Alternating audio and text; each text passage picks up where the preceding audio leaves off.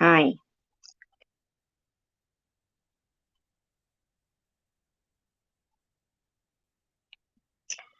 So,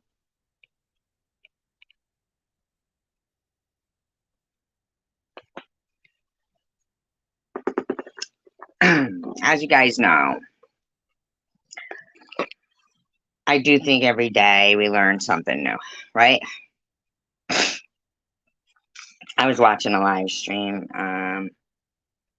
It was one of Sharon's from I think it was like a week ago. I watched the one this night, and then I watched the one from a couple of weeks ago. And it was a good one. And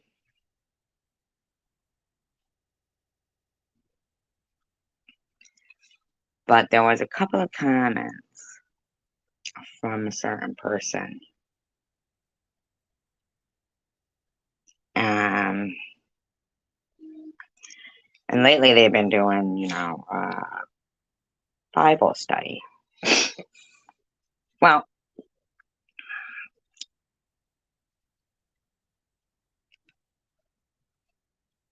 I think throughout life we all search and we, um, question and research. We read the Bible, and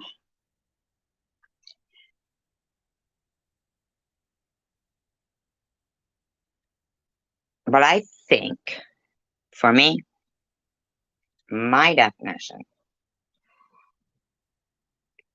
I think that with the Bible, right, we all read things, and you can use whatever you read in it.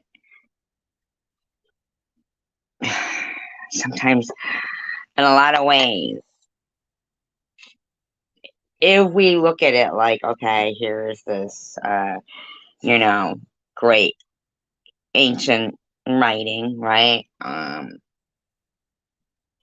So we look at it in such a way of revere it. It's a historical book.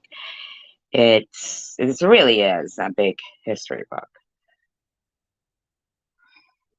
So I feel like, in that sense of it being a book, okay, I feel like to really study something, it's interesting to really understand some of the things that they refer to. Like, take for instance, Psalms, okay? Psalm.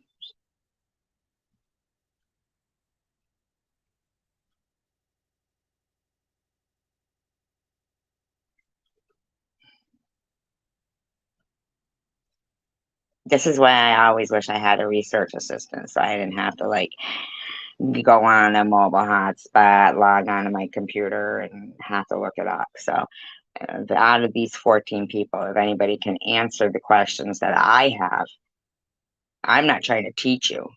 I'm looking for people who have answers to these questions, or who could at least look them up.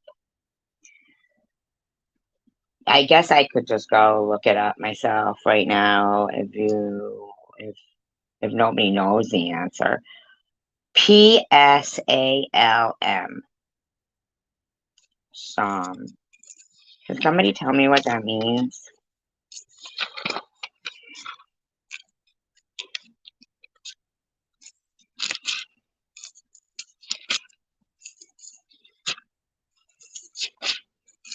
Is there anybody who could tell me now? Probably nobody. Nobody wants to speak to the devil when they're trying to study the Bible. Just kidding.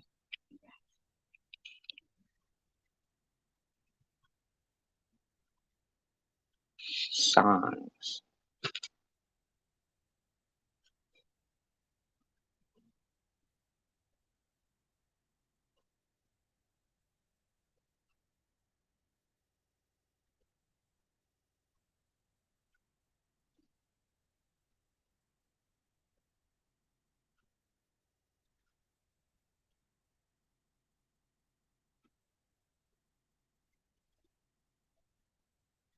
Yeah. Okay. Okay. It's okay. Just know if you're one of those people sitting there quietly and can't answer that question, or you don't want to even try or try to partake because of the hatred in your heart and your mind and your actual reason for sitting silent, just know you can't think God sees you going to church but doesn't see you sitting there trying to use like psychological abuse on somebody. So if you're one of those people that attends those Bible studies or runs them or church runs, just know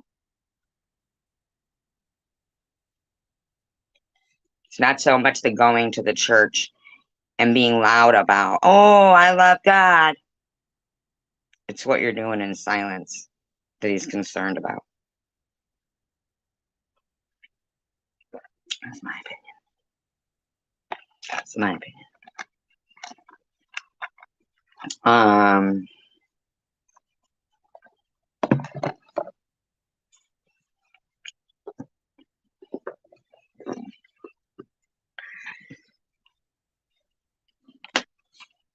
I don't have to.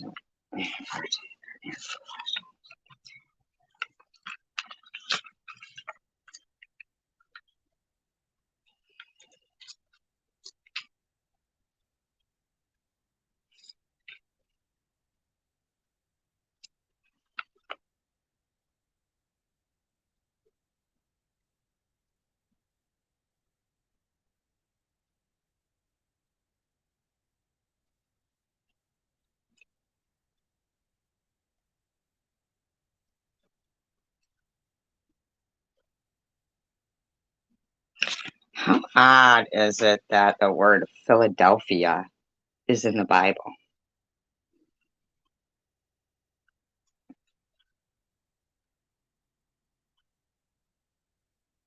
How the fucking odd? That is so weird. So weird.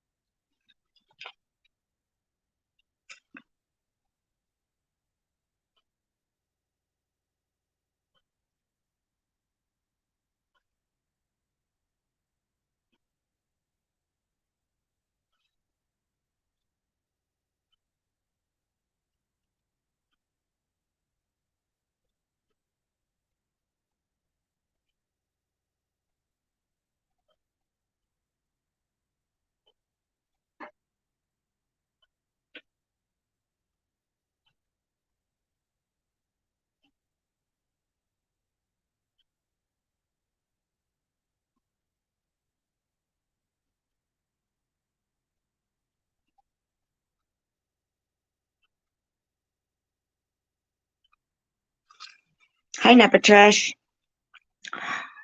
Thank you. Thank you.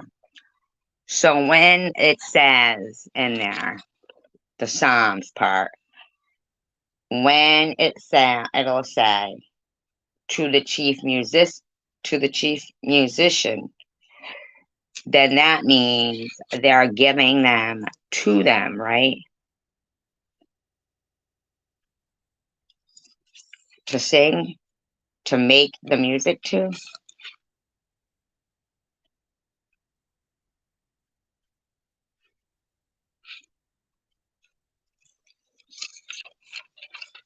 Uh,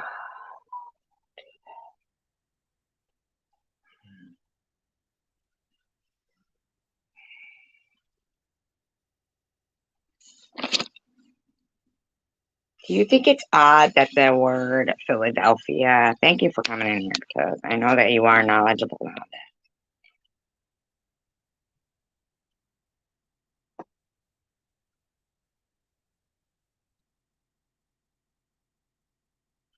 That Philadelphia shows up as in the Bible.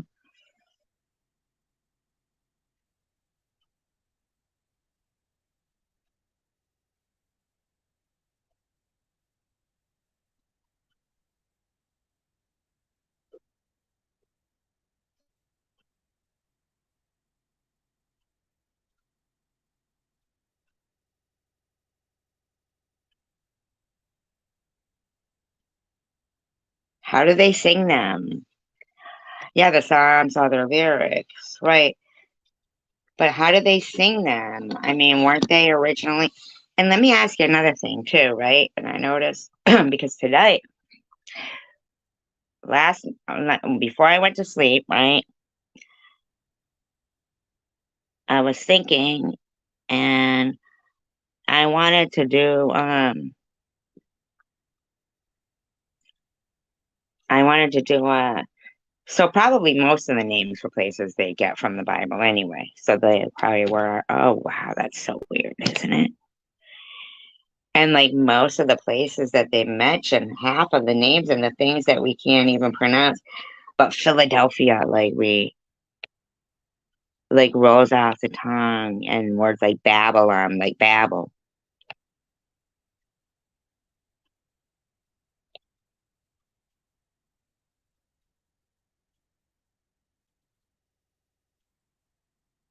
So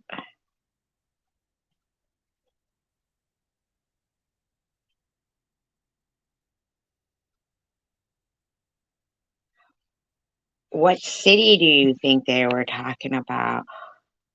Okay, so there's so many of the same. Yeah, that's where I'm at right now. That's what I was just gonna say to you. Isn't it so weird? The not like the certain numbers are like they go, okay, he measured. Okay, so okay, all right. I'm glad you're here. I hope that I don't think this was boring to you, otherwise you wouldn't have spoken to me, right? Okay.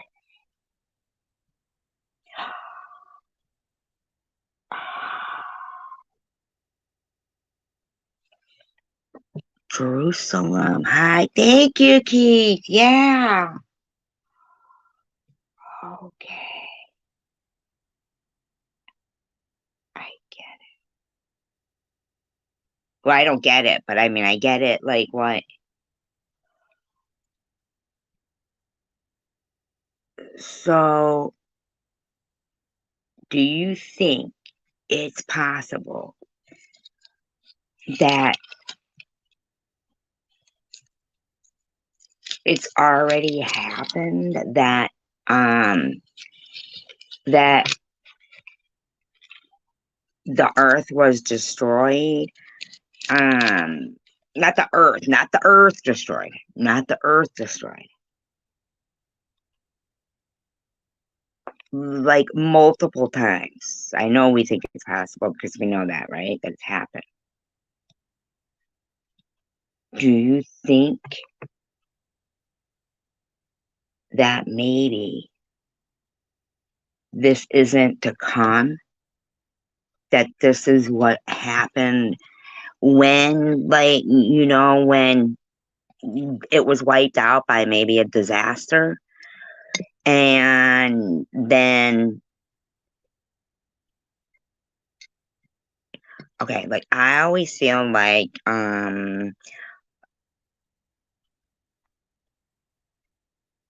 Machu Picchu or whatever, right? Was so high up there. And I feel like the way it looks like this is just like an example. I'm saying, say that the earth was covered in water or that place flooded, right? Totally flooded.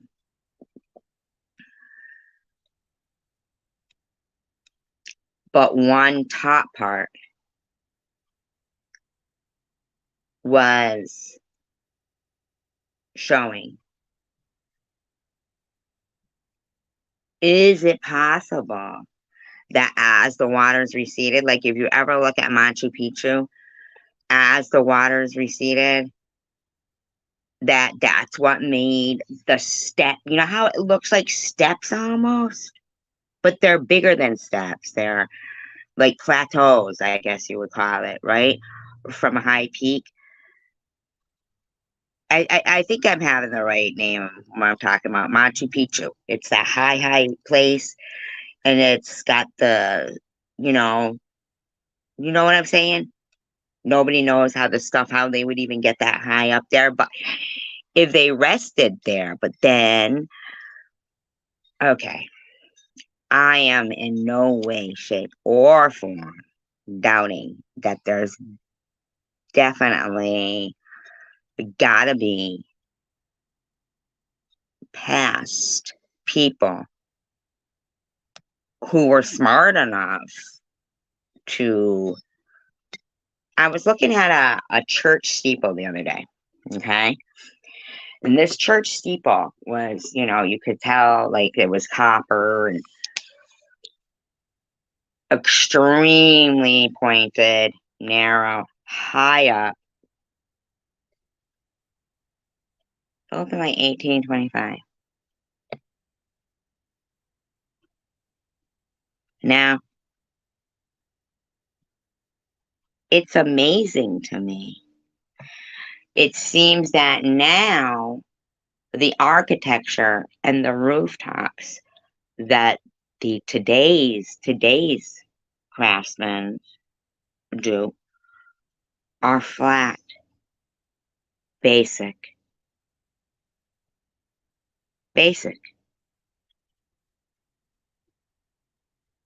as if that's the simpler way to do it. But back then, in 1825, some steeple that I'm looking at in 2023, thinking to myself, oh my God, how did they do that? In fact, something that we would say is, you don't see something like that anymore, right? You don't see craftsmanship like that anymore. It is nepotish. So that doesn't quite make sense to how we could think we're so advanced. If I'm looking at a steeple from 1825 and I'm baffled and I'm, you know, impressed by the craftsmanship of it.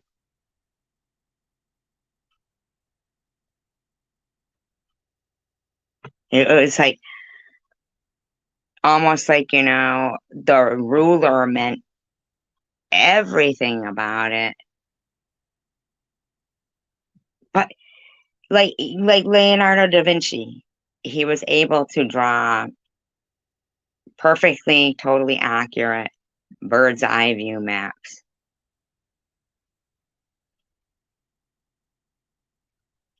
And I think, isn't it possible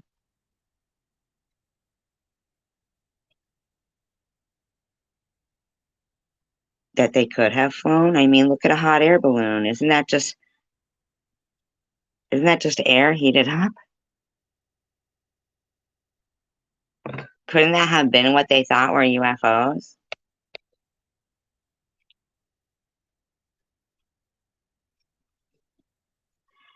Like, when a flaming something fell out of the sky. I mean, really, like, who invented a hot air balloon? That's it.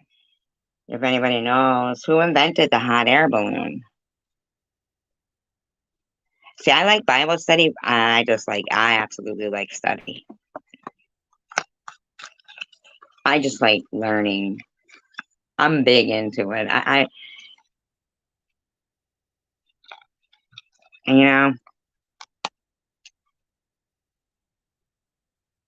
if I went back to school, but who goes back to school at my age? You know what I mean?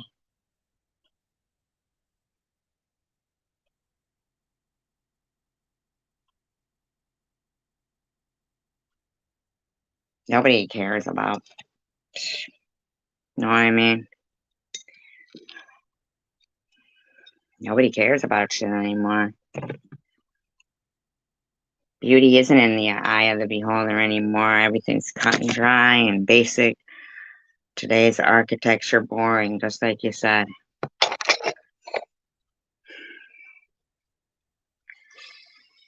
They have eagles in Israel.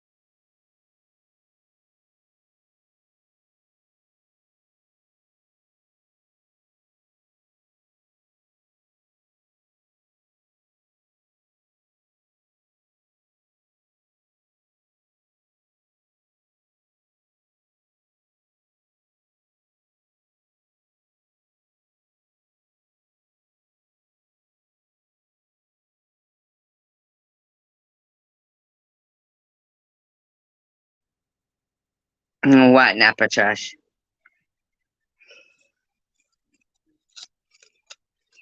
Have you read Revelations? Like every word of it?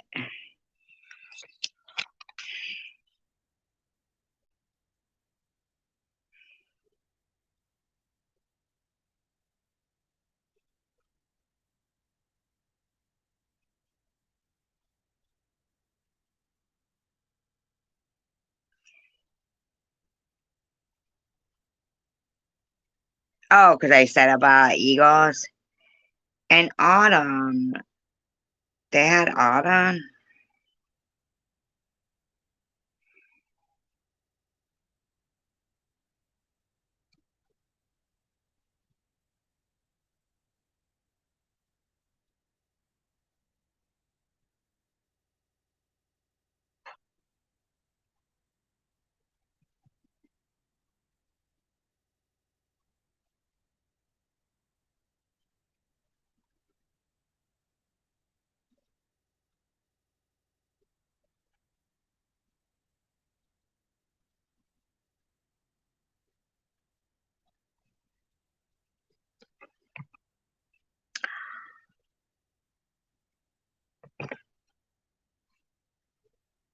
So I know I've asked like a bunch of, are there eagles in Israel? Because that's what they said. They said an eagle flew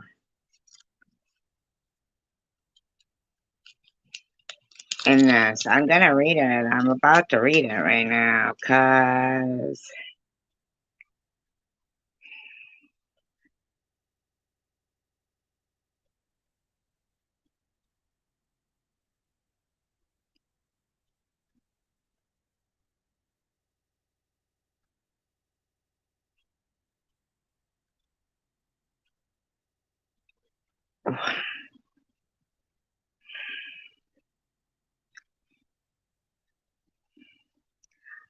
whoa,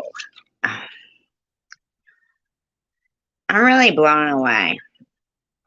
So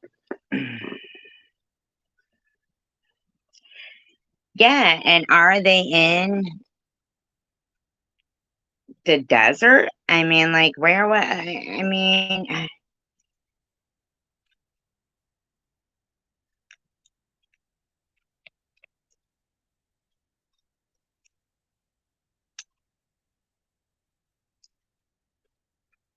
uh, oh, okay, okay.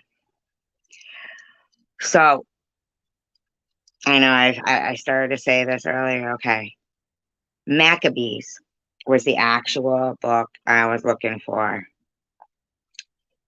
that I wanted to talk about because in Maccabees they speak of Alexander the Great, they speak of Ptolemy, they speak of Cleopatra. That that book is what convinces me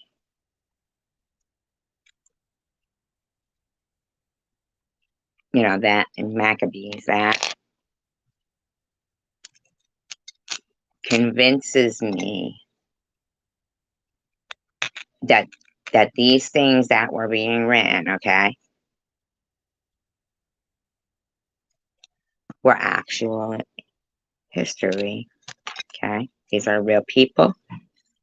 Ptolemy was a real person. Cleopatra was a real person. Alexander the Great was a real person. These are real places.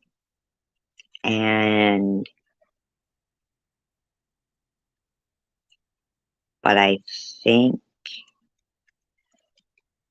that,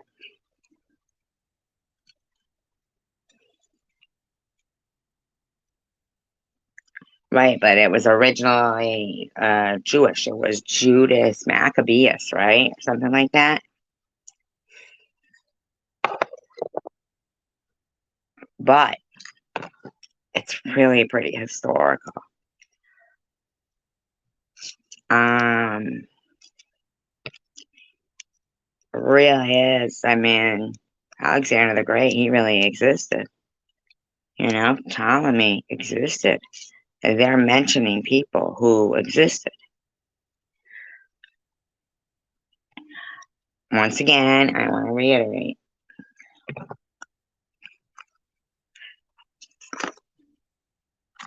I definitely agree that there are supreme beings that are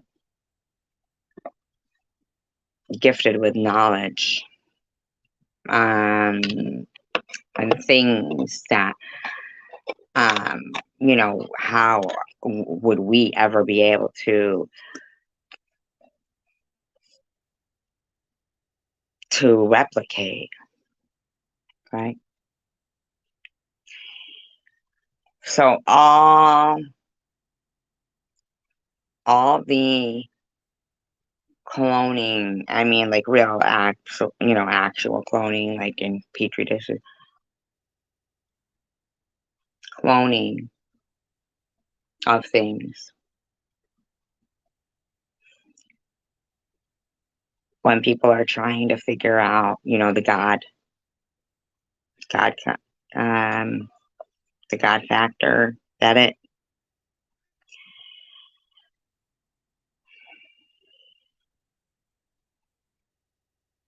the ghost in the machine,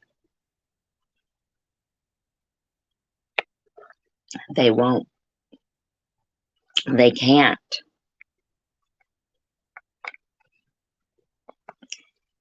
Um, all the whole time, get this. So say say you're the person who's, there's that fine line between, not you, I'm not speaking to anybody in particular, but say somebody is that person who genius and insanity, walk a fine line. So you want to know, like, okay, I had to figure out how to, I want to be like, I want to have that ability to do this, do that. At the end of the day, on your last dying breath, you still might be sitting there going, but I never quite figured out how a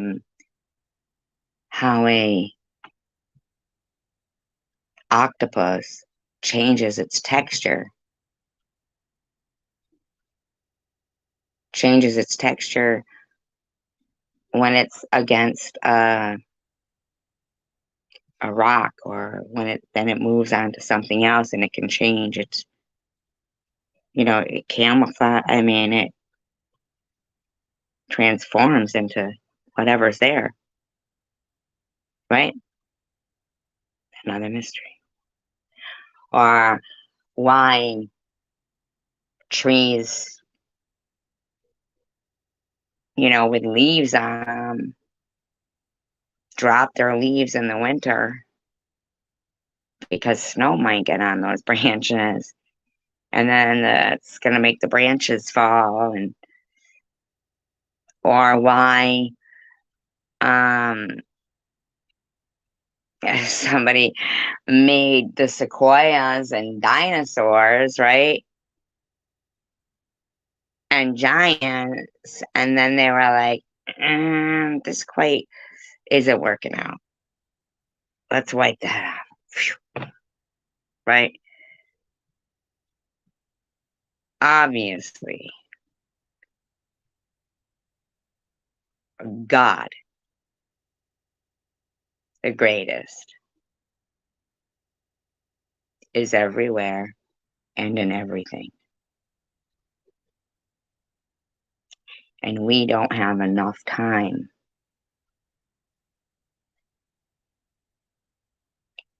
in this heaven here on earth with the gift of life that we were given.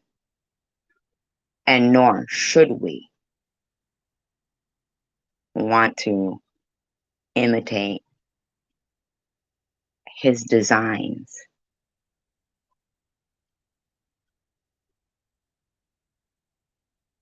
or even think we could.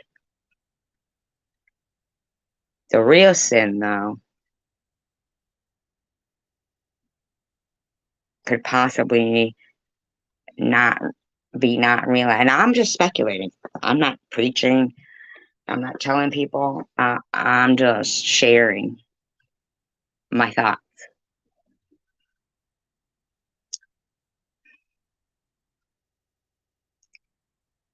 The thing that might really get to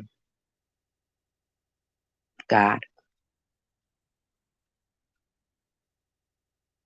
might be how much effort he put into the trees and where they're based and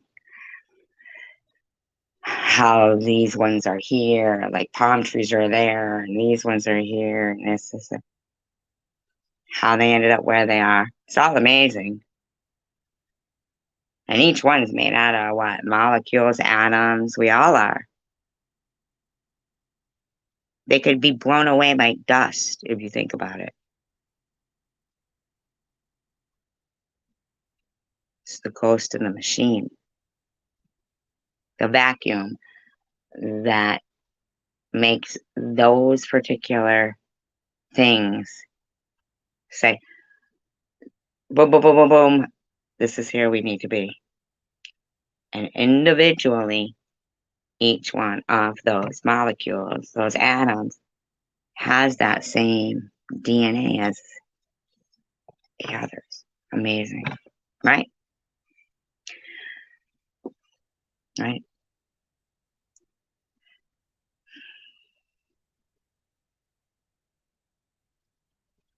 I'm saying the greatest thing about a church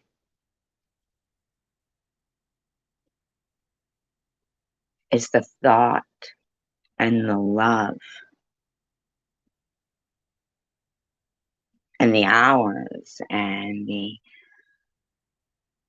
everything that went into that church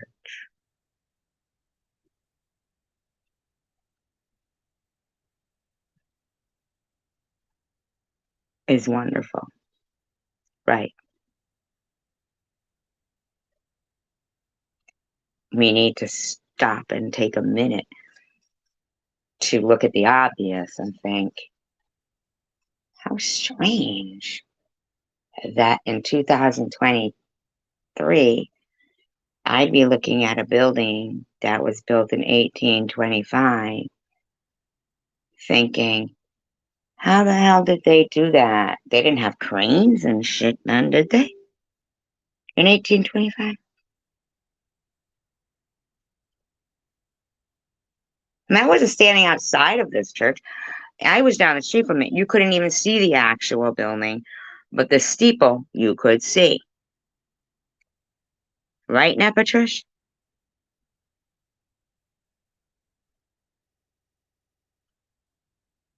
When did we become?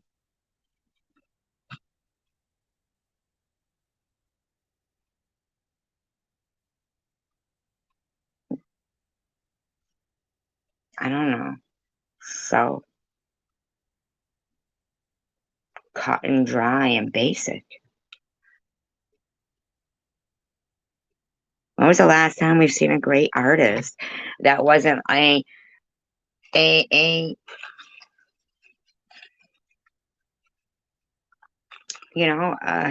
graffiti artist? I'm not saying graffiti isn't good. I'm just saying we don't. In fact, some of those artists did. I believe it was called pointism. Pointism, is that it? Where it was like just dots, really, right? Is that what that's called? That point? Is that it? That make up the picture when you step back. Surrealism.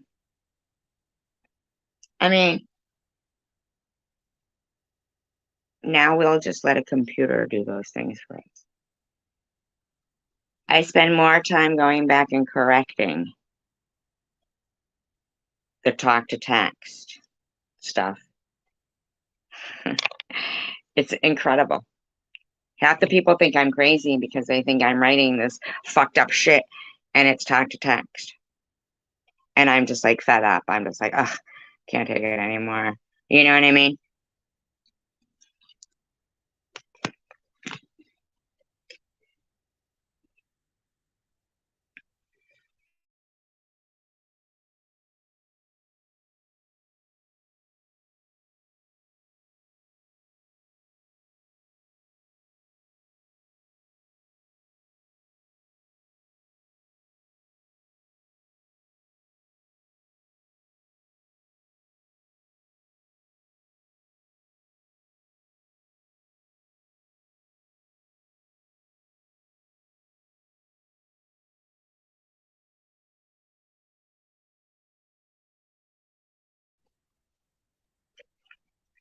May I speak of the Bible without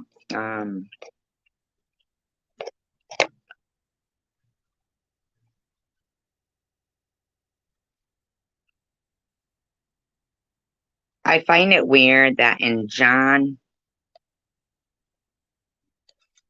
3, John 3,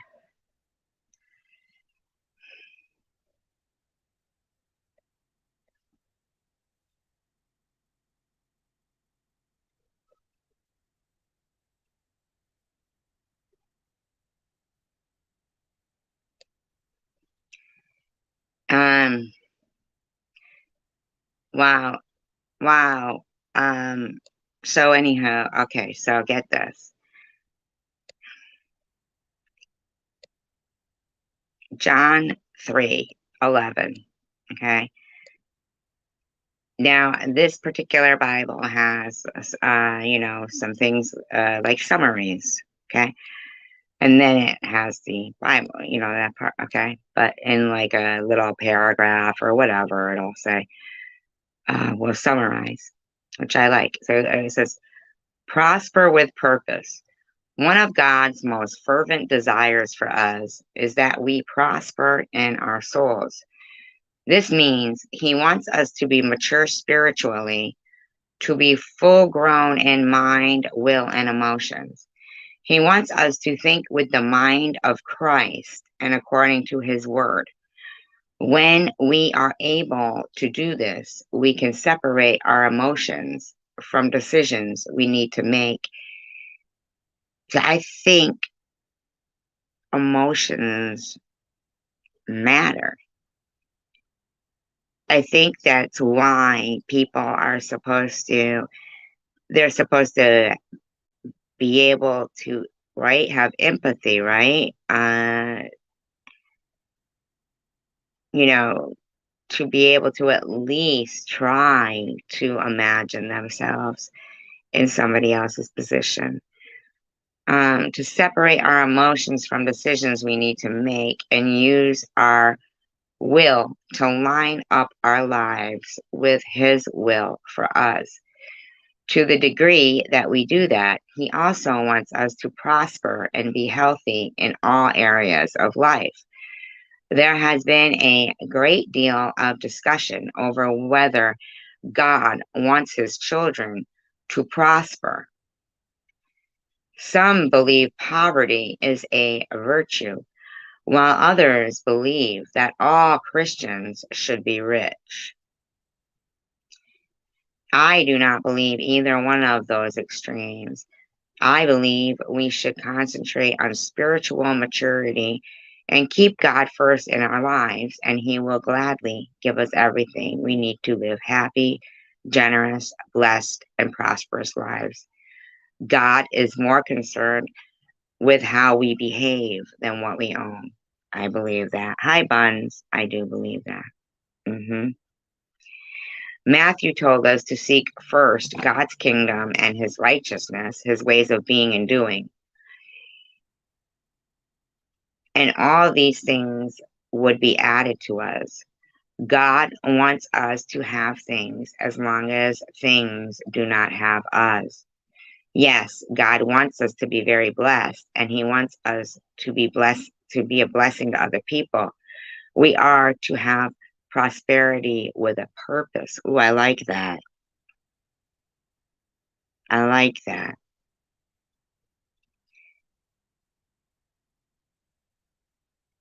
So could God's kingdom be His ways and His righteousness? It says God's kingdom and His righteousness, His ways of being and doing. Is it possible He gave us heaven on earth? Like everything we needed, everything we could be amazed from, everything, everything, everything. He gave everything to us with very intricate design. But He gave us everything we need.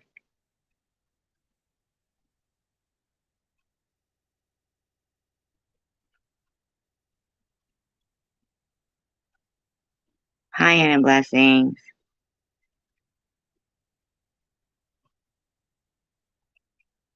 And so when we see people who, because of greed,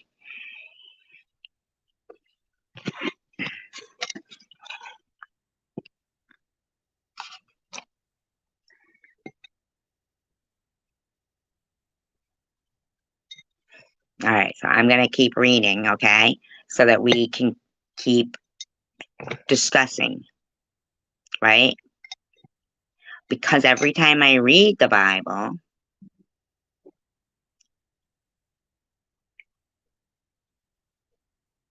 and like you, Patricia, in parts I've read and stuff, I am like totally amazed. Totally amazed. And it's really all up for interpretation. You know what I'm saying? But if you think about it,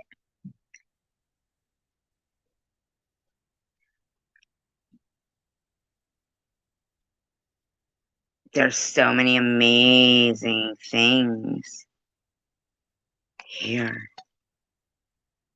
you know? Um, God told Abraham that He would bless him and make him a blessing, causing him to dispense good to others. How can anyone be a blessing if he or she has not first been blessed? We cannot give away something we do not have. The Bible says that Abraham was extremely wealthy. So it is obvious to me that God has no problem with His servants prospering in every way, including materially, as long as they can handle it properly. The question often surfaces that if God wants us to have prosperity, is a poor person godly? Of course, a poor person can be godly, but we do not have to worship poverty. But kindness is free.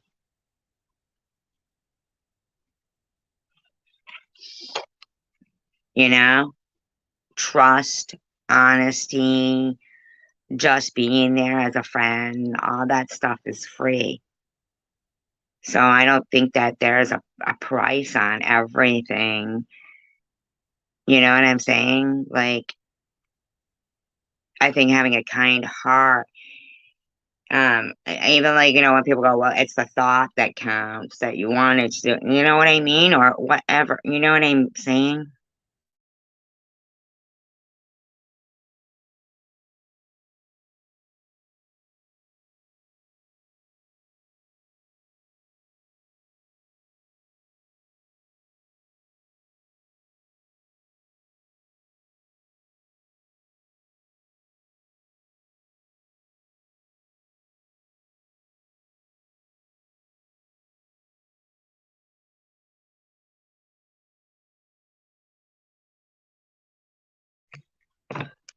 It is Nepatrish. How'd you know that?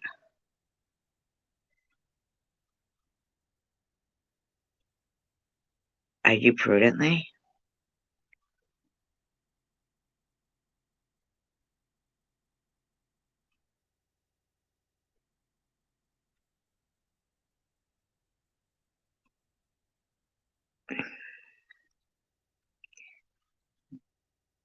Can I ask? Like, and this is totally not because I think it, I just because I want to ask. Oh, I mentioned before. Oh, I mentioned it was Joyce Meyer. Okay, okay, okay.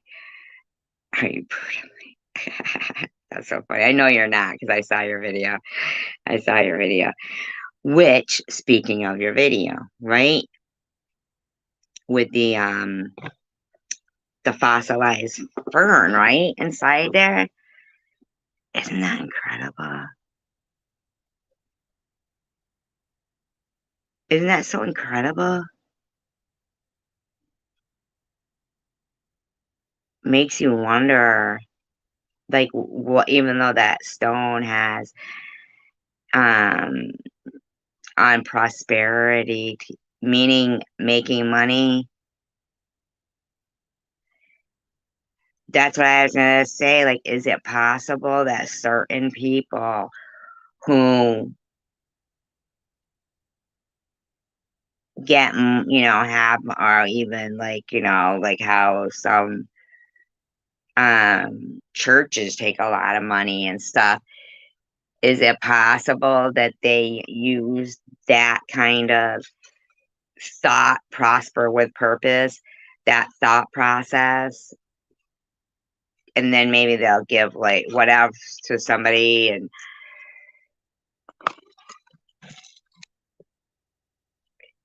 and then fool themselves maybe into thinking like that's what meant, like, maybe like, okay, this particular organization, um whoa, okay, not Patrish. Ooh, interesting. It was Prudently who sent me this Bible,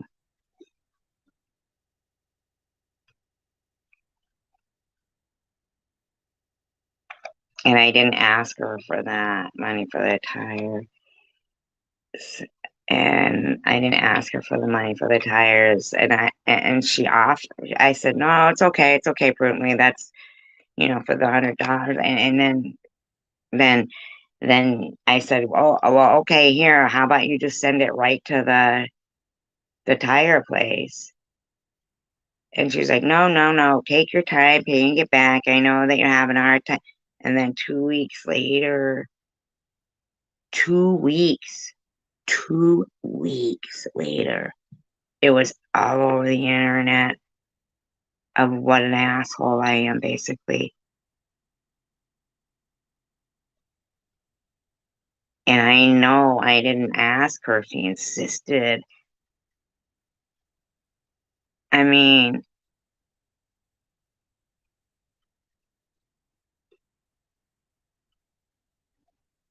so do you think that possibly some people? This is the Bible. I just went to freaking. I wanted to read Maccabees, and Maccabees isn't in it. Maccabees isn't in this Bible.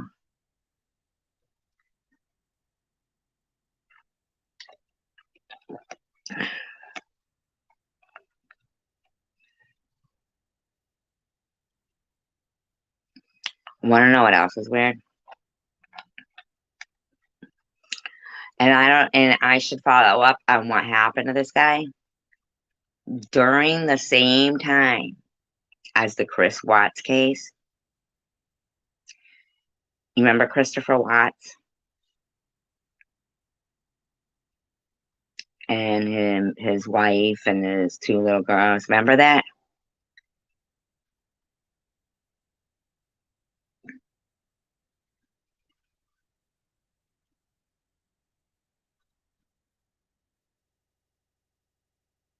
The Chris Watts case?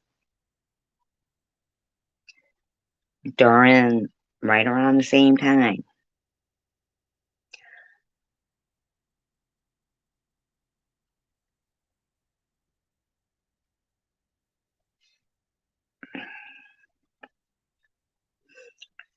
Joyce Myers had a guy on her staff who his wife and his kids got killed.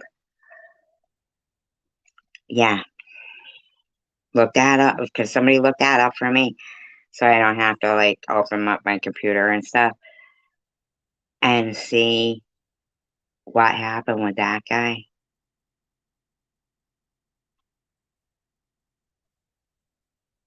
Same exact thing, only it was two boys he had. And the guy across the street had like, and I mean, I'm telling you, had footage. It was really weird, but the Chris Watts case was everywhere. Yeah, the security guy.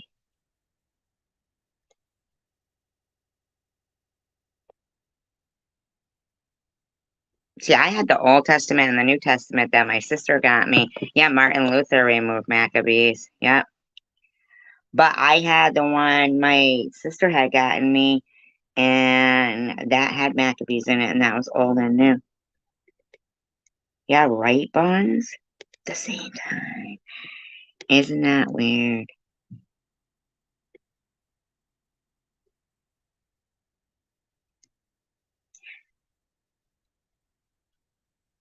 I wonder what happened to that guy.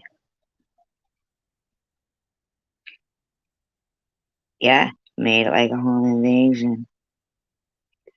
What happened to them? That guy? Did he? Because I mean, we know Chris Watts' his name, but that other guy, that didn't get as much media attention. Why would Martin Luther King want to change his name to Martin Luther? Because Martin Luther was not a good person. I'm not talking about Martin Luther King. I'm talking about, Martin Luther.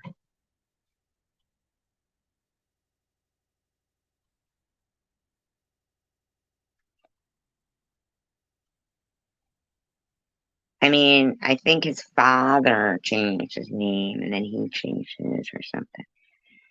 But in my mind,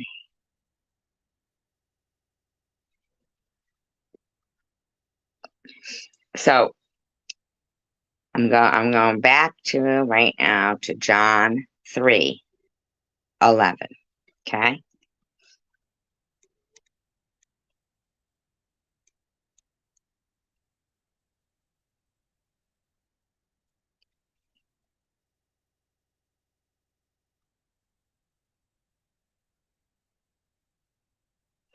Well, everybody gets angry at the Jewish people, don't they?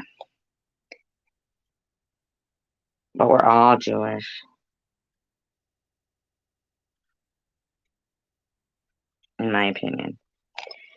We all just come from the same person. I mean, if we're going to call ourselves all God's children, then we all, you know, they just tend to eat something different, just like a vegetarian or something, like, or they just have their own beliefs. I mean, it doesn't mean that they're hurting anybody. So anyway, John 3:11.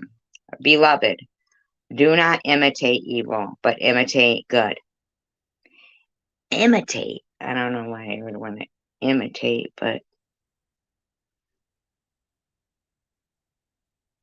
Oh, he had the books printed so everyone could read it.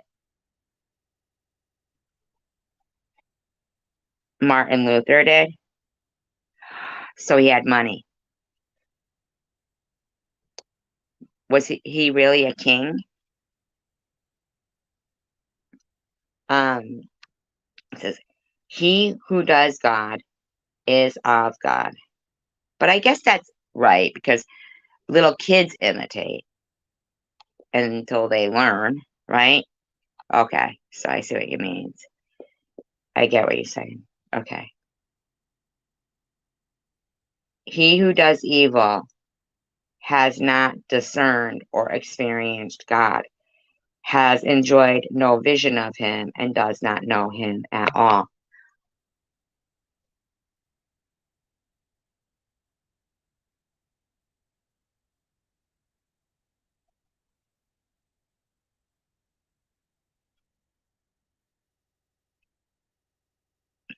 So,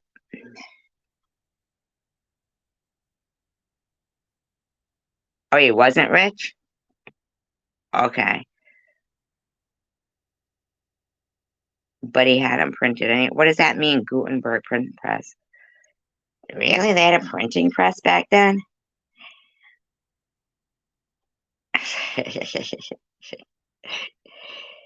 Demetrius has warm commendation from everyone and from the truth itself. What is Demetrius? What is Demetrius?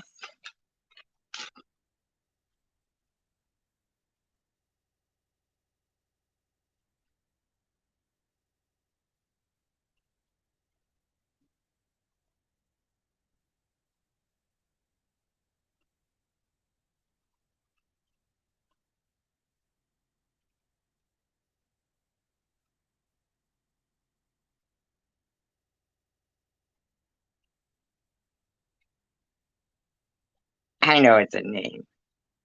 You're funny. Wrote it in Bible. I mean, in German, wrote it in Bible. In German. Wow. I wonder why Germans like seem to really hate the Jews.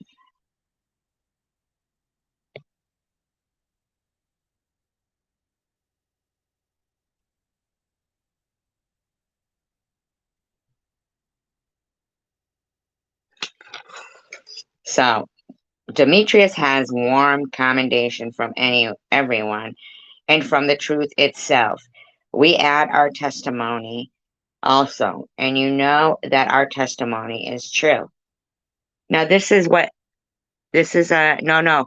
I'm in John 3:11, and it's right before. I'm near the end. It's right before Jude. Right before Jude. Okay. This is where my curiosity lies. He says, I had much to say to you when I began to write, but I prefer not to put it down with pen and ink. I hope to see you soon and we will talk together face to face. Peace be with you. Goodbye. The friends here send you greetings. Remember me to the friends there, to every one of them personally by name. Who was he writing this to? Oh, Syria and her child. So why is this in the Bible?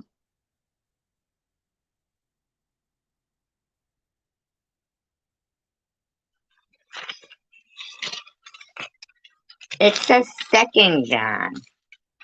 And then it doesn't go to Third John. It says John, Second John. What is this page stuck together or something? What's going on here? Oh yeah, okay, it was. I don't know why. Don't get me. I know hidden blessings. I mean like way, way, way back. Like I mean like basically what I don't mean is not the German. But it seems they all congregated on the same part of land. You know what I'm saying?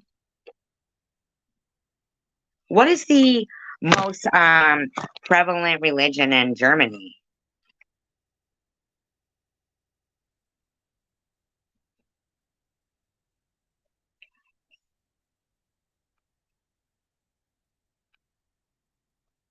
Okay.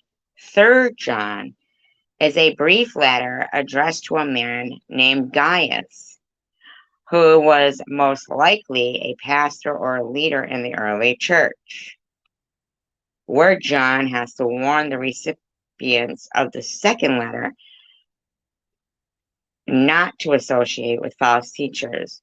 This letter provides Gaius with instructions on how to treat traveling ministers and missionaries who teach the truth. Specifically, he writes, "You will do well to forward them on their journey, and you will please to do so." Oh,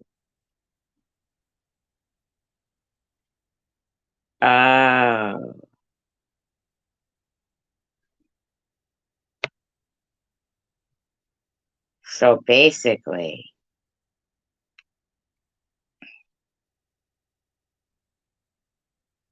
Christianity was, oh, in Germany, okay. So basically, in my opinion, in my opinion,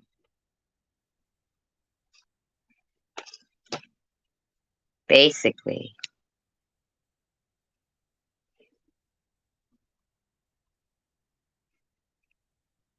okay, let me ask a question first of all. Statues of Mary, um, and then statues.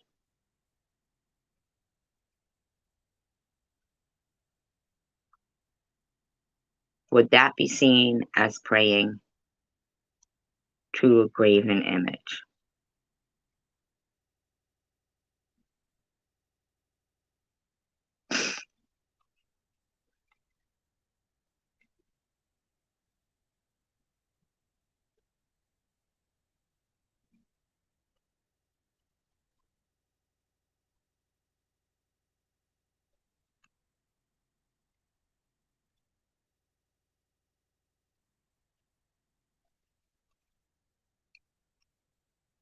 They don't.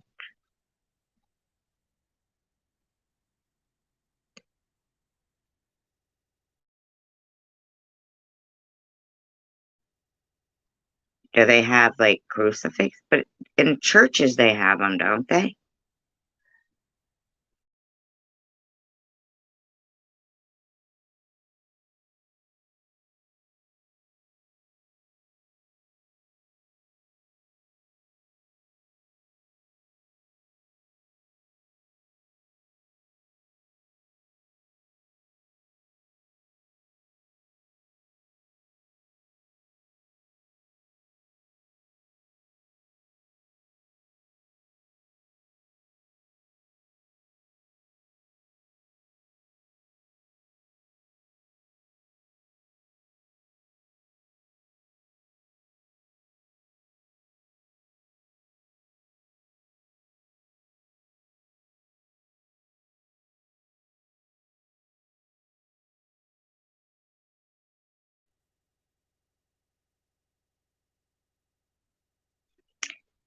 Catholics have statues. Catholics are Christians. Okay. Okay.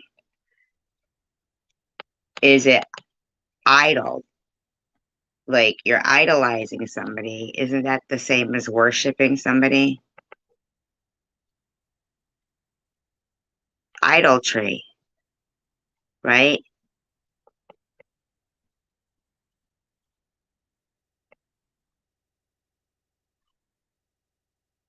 What I guess. Not the same.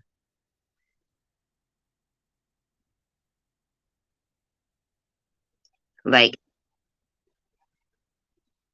if you idolize and worship, Isn't that the same as not pray to statues? I'm not saying pray to statues. I'm saying, but there's a lot of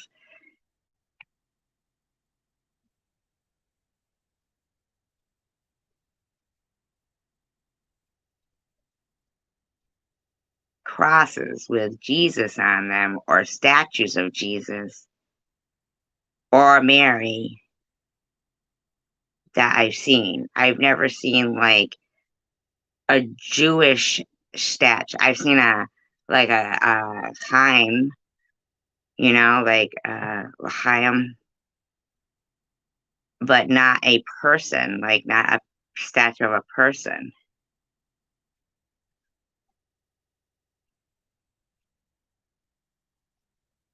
But if you worship somebody, what's the definition of that?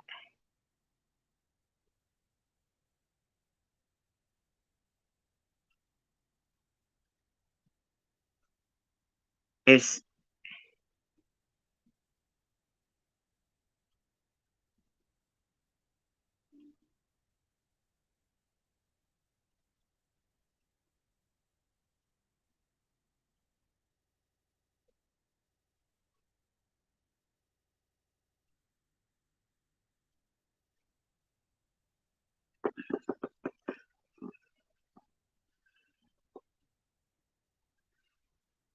that would be an idol too, right?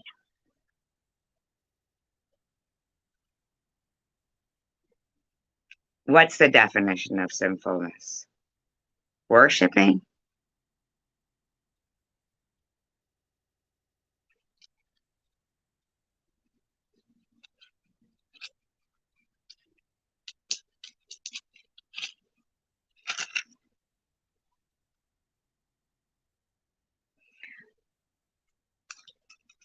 Who did they refer to when they said,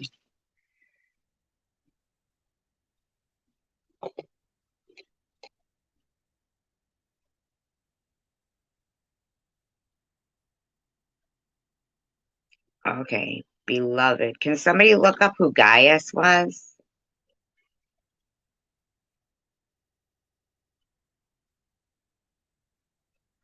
Okay, so this last letter, which is AD 8595,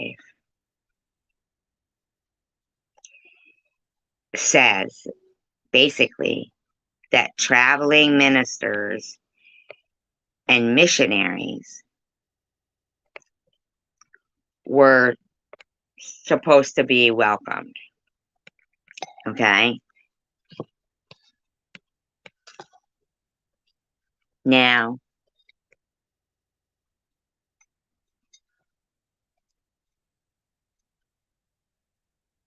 um, okay. So basically, that's what it looks like he's saying there. To welcome,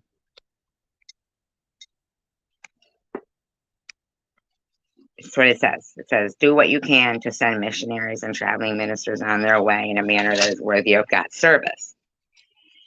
So then he ends this letter, okay, to the Gaius guy. Then it goes to Jude.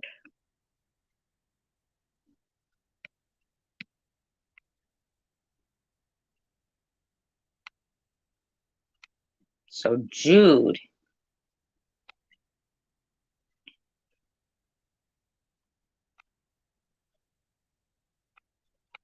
well, yeah, welcome to the foreigner, said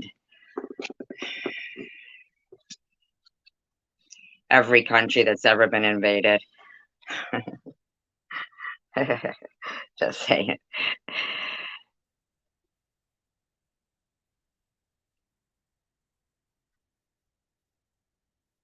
Okay.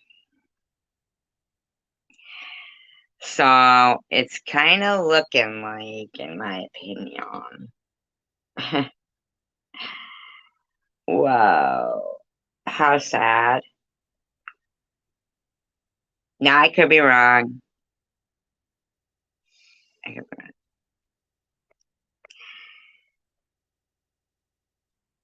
Jude, but how did, like, Jude?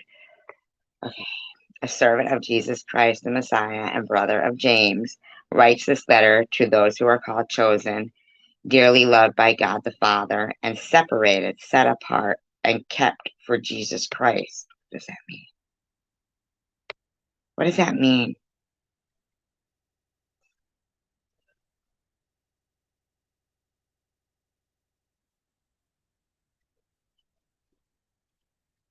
Oh,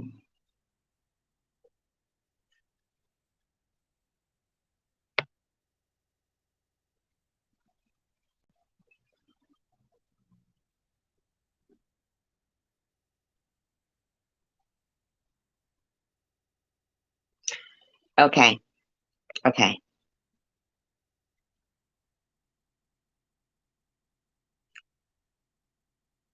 Yeah, remember, this is Joyce Myers. Okay, so now you guys know I go off on all different kinds of rabbit holes, right?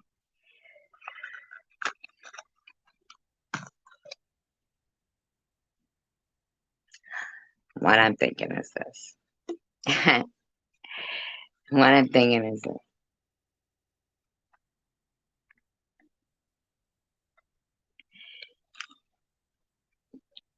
Can I ask somebody to look something up for me, please? It doesn't have to do with the Bible. Maybe I'll just have to like log my computer on. Can you tell me why? Because I don't know the answer. I'm curious. Why during didn't they have penny? Didn't they start? Didn't they stop making pennies out of copper during World War II or something like that?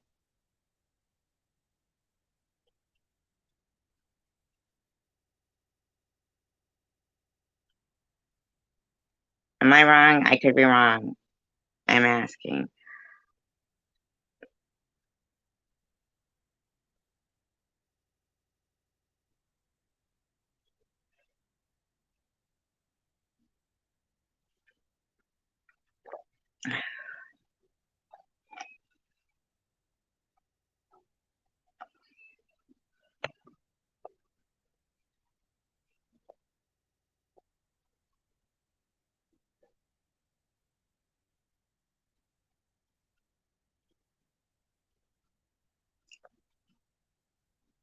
World War II. Okay. What did they do with the copper? Did they use it for? What did they use it for? I'm curious. I don't know the answer. I meant to actually look it up.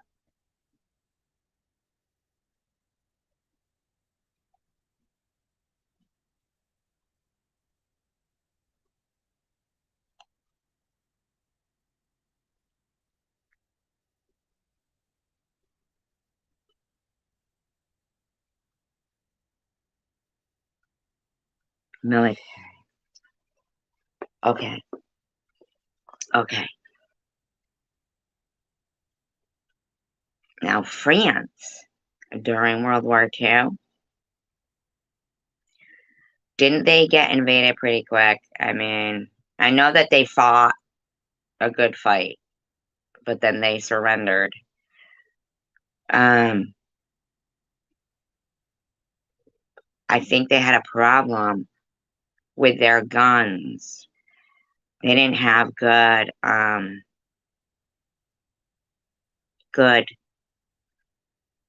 weapons, right? And I think, from what I remember, Smith and Wesson or someone, they had this one gun that it just shot one, and then it was shitty. But that was like the French Resistance was fighting with, but they were pretty fucked, right? They were pretty fucked.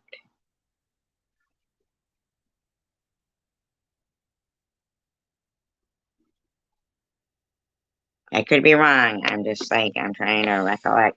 There's a method to my madness here, and it does go back to even, we will get even back to the Bible because I really love history. Really love history. Um,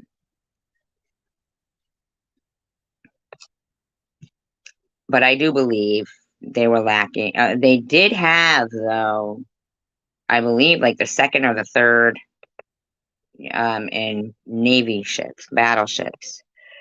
They did have that, hence that is,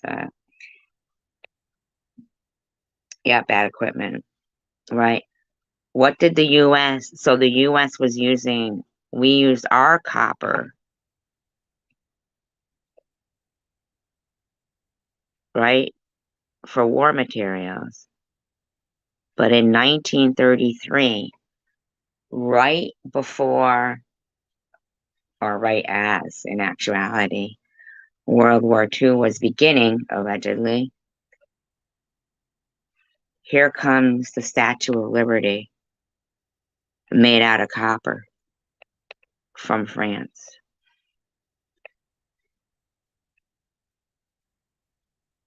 Why?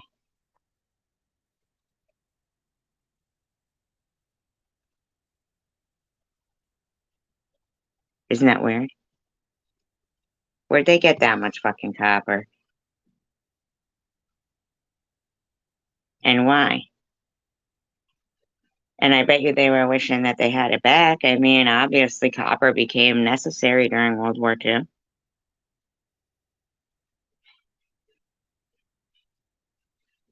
I'm just speculating. I'm not making any theory. I'm just curious. The timing is odd to me.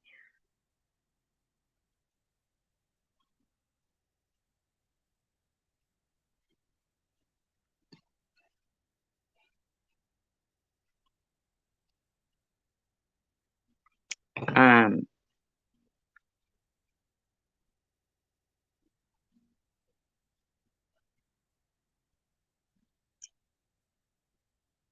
isn't it possible it was something? It was 1933, isn't that when the Great Depression started too? We got a big old copper statue. How many pennies is that? I mean, why do we have to be depressed? Could have fucking melted that thing down, made a bunch of pennies, and been quite happy.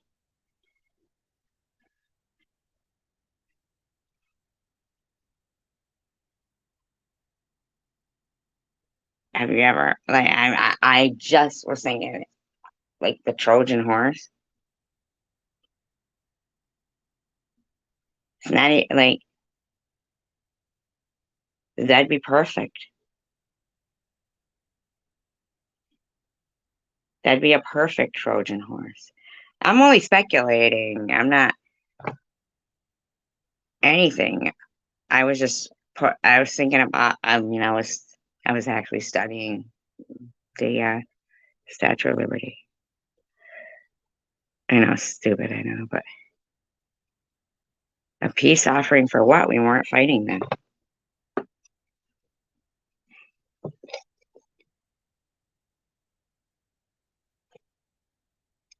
We weren't fighting them.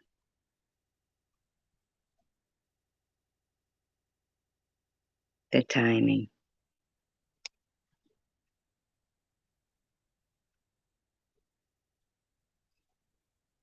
Timing means everything.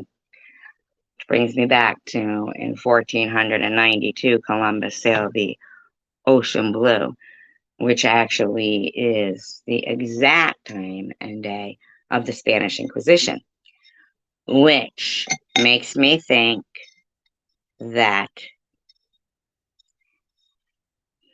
what I'm reading here really pretty much basically gives God's blessing according to what I'm reading here.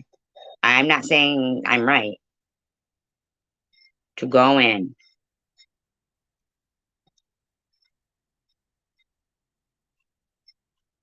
and you don't want to convert, you're dead.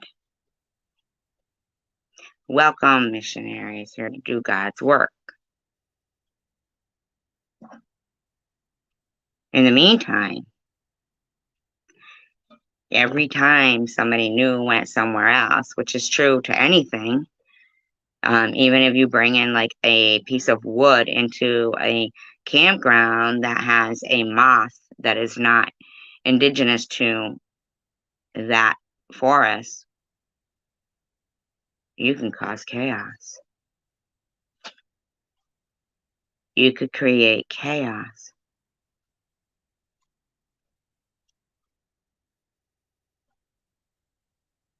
But it seems like these letters were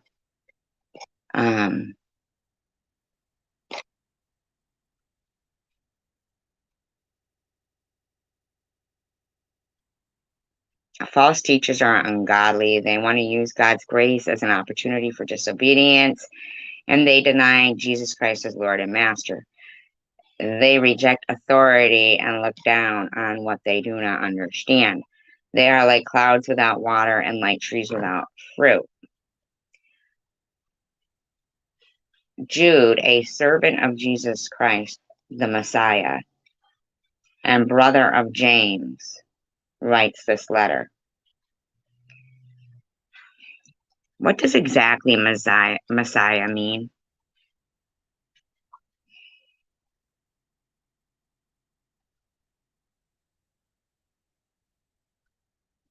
And what does that mean?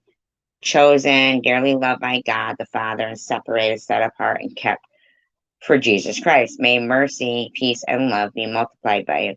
Beloved, my whole concern was to write to you in regard to our common salvation.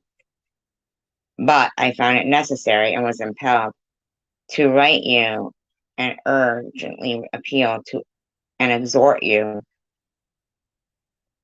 to contend for the faith which was once for all handed down to the saints, the faith which is that sum of Christian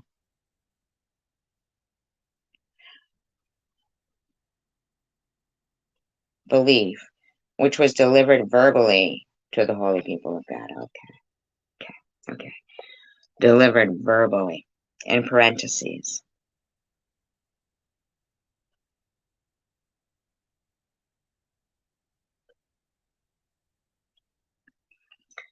Delivered verbally.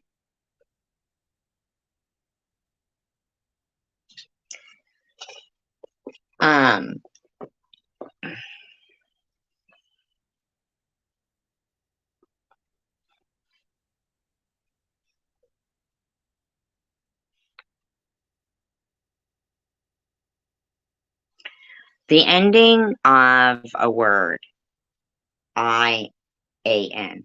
Like we have Christ, and then we add I-A-N. What is that? I can't even think of the word of what it is. Like sometimes there's a something, a prefix, or is this like a suffix? Is that a suffix? I-A-N?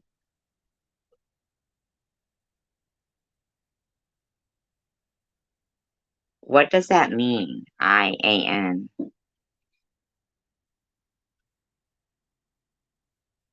Because I noticed that he says he was impelled, not compelled, impelled. I'm curious as to, I know what compelled means. Impelled, I've never really heard of.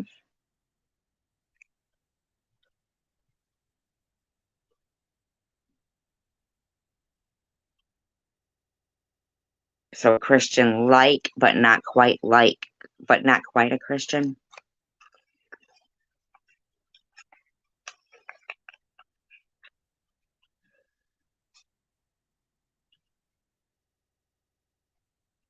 No, not I-A-M. I-A-N.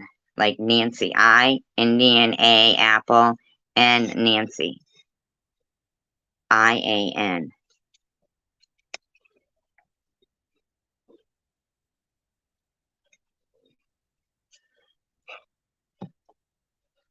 Oh, that could also mean I am, right? And so Lithuanian, I'm Lithuanian. No, wait. What does the I-A-N mean? And impelled. No, but I want to know what IAN means. What the suffix means.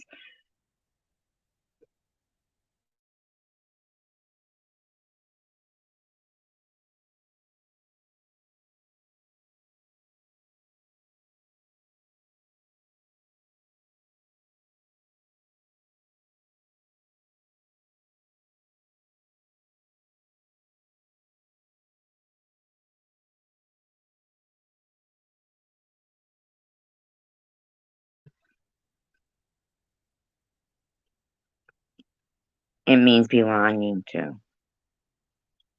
Okay. Okay. So IAN means belonging to Christ. Okay. All right. Impelled. I am, as in Mary, I am pelled. Not paled, not impaled. Thank you, seven species. Not in, like, how compelled I was compelled to write. But he says he was impelled to write.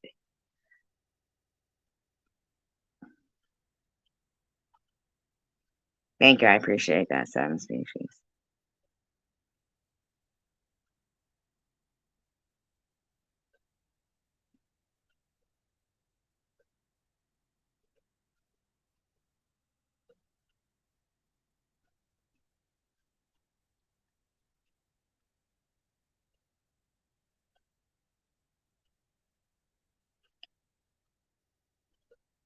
Quiet heart.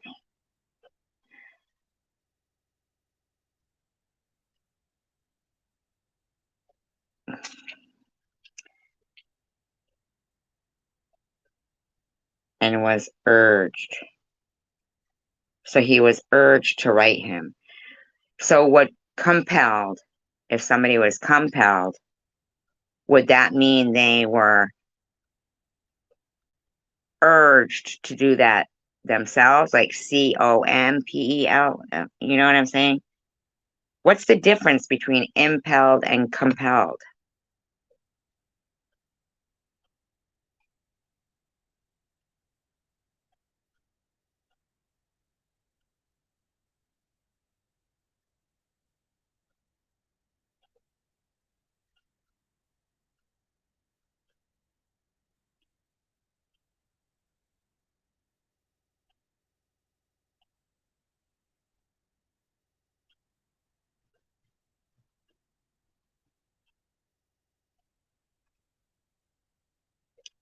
Made to want to?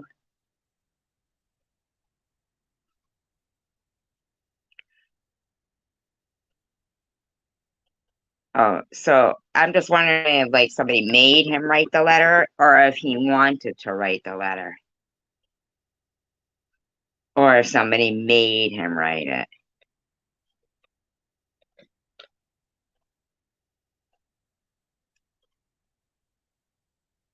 He says,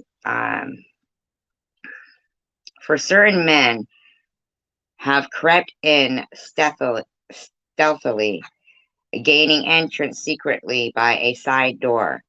Their doom was predicted long ago. Ungodly, impious, profane persons who pervert the grace, the spiritual blessing and favor of our God into lawlessness and wantonness.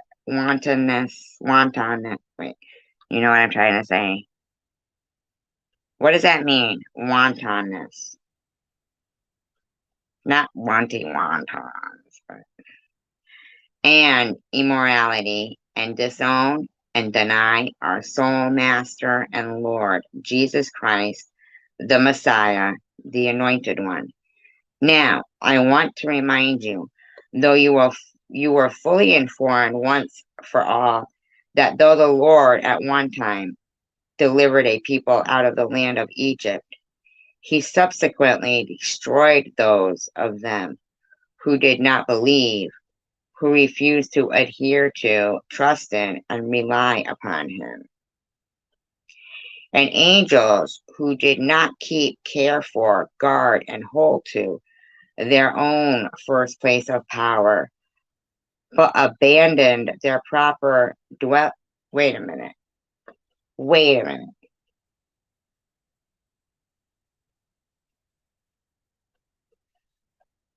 Wait.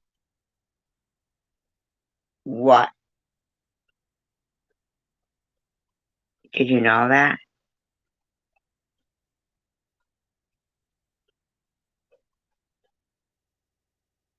It's the Bible. Um, but anyway, I appreciate her for that. Otherwise, we wouldn't be able to do this. Um, and this is Jude. This is Jude, the chapter right before Revelations. Okay. Now, earlier, you mentioned angels were on the Ark of the Covenant, right? Somebody did? Okay.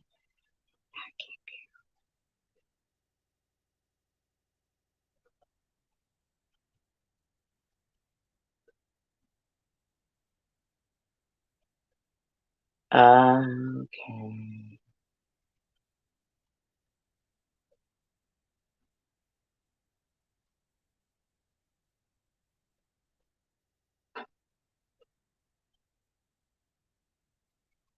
Okay. I don't know what NIV is. I wish I could. I gotta find my Bible from my sister. That's mine since 1970, 77. Gotta find it. Or no, 1980 or something. Was it 80? Oh, that was my dictionary from her. Gotta find it. It's packed away. Okay. Okay.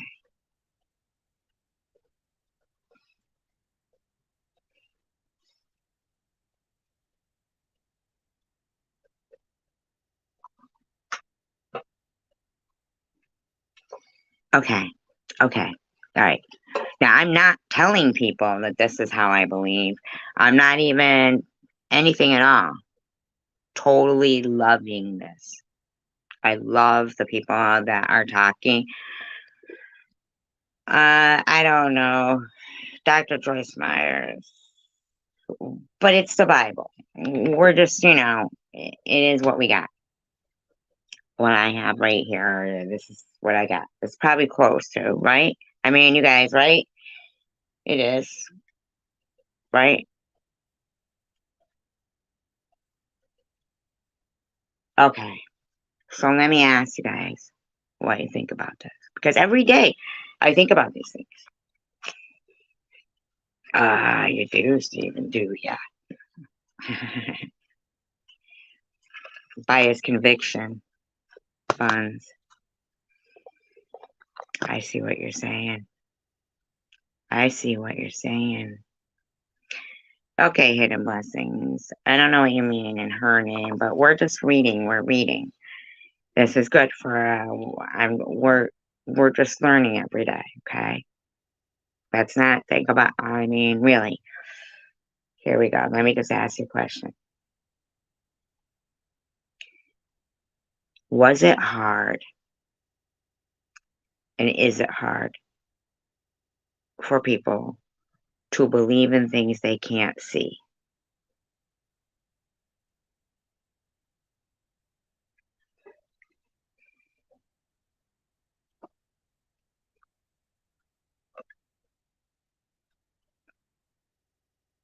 That's what I think.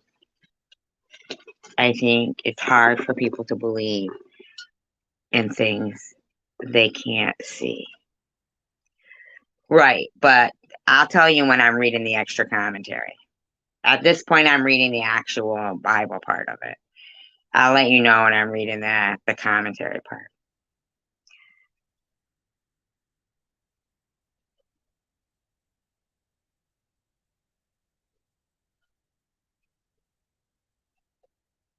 It's not in her own version, Hidden Blessing.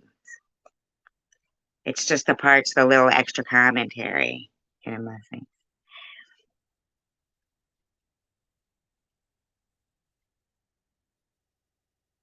but we see its effects. Right. Right. Great way to put it, Nepentures. But a lot of people, in fact, that's such a great way to put it, that that's a wonderful way to put it. Do you think that back then,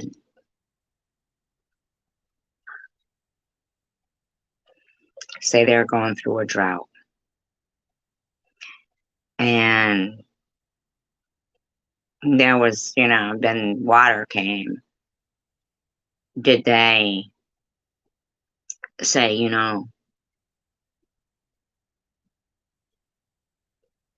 we can't see it, but that's from God, right? Like we would and should and should say, we are seeing it. We are seeing it,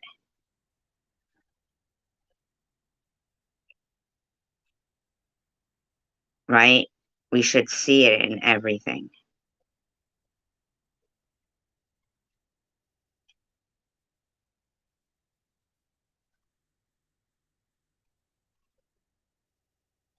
That's what I would say. Now, in things like death, starving children, all kinds of things like that, I'm willing to bet. I'm willing to bet if we looked hard enough, we could see man's hand in that shit.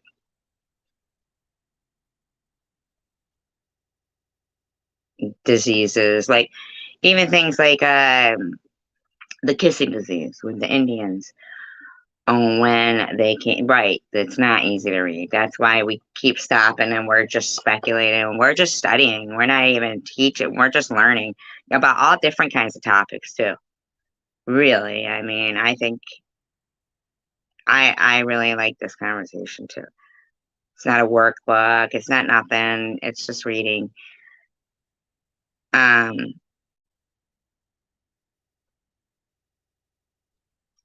so when like plagues wiped out certain places, if it can be like noted that the bacteria in the mouth, so like the Indians didn't kiss. They didn't kiss.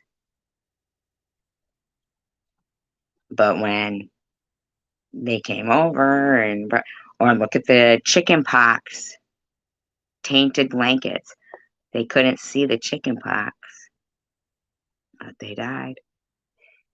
And they were brought over by, according to what we're reading here in John 3, his letter to Gaius. He was mad that Gaius, he said, he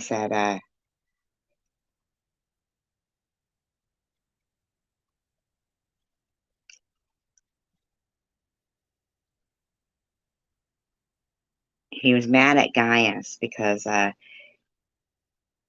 he didn't like these foreigners coming in, these missionaries trying to force. Now, let's be honest. What was it called? Oh, the Crusades. That's what it was.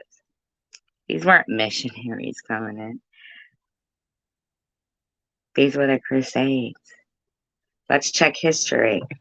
What was going on in AD 85-95? Can somebody look up for me historically what was going on? Was it the Crusades? Let's historically match this up. If we're going to study, Let's historically match it up. I am going to log on to my computer because now I got to know. I got to know.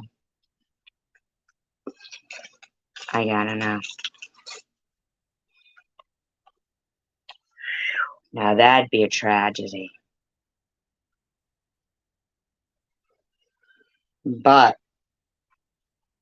weren't they always on a crusade? Aren't they always on a crusade?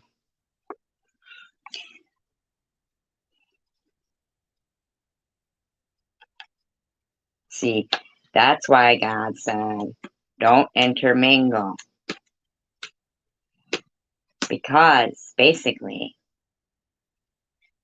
the bacterias and everything, everybody, that's why you don't bring a piece of wood. You don't sneak your own firewood into a campground where they sell it. That's why. Because what's indigenous to your forests are going to wreak havoc in our forests.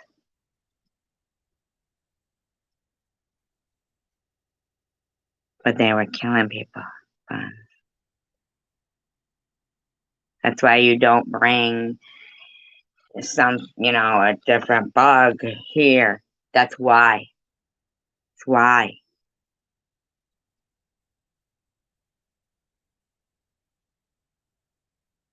But people who wanted to say, where's your God now? See, what they couldn't see, they showed them. And that is why people say, where is God when something bad is happening? Because they put that there. And that's why we study.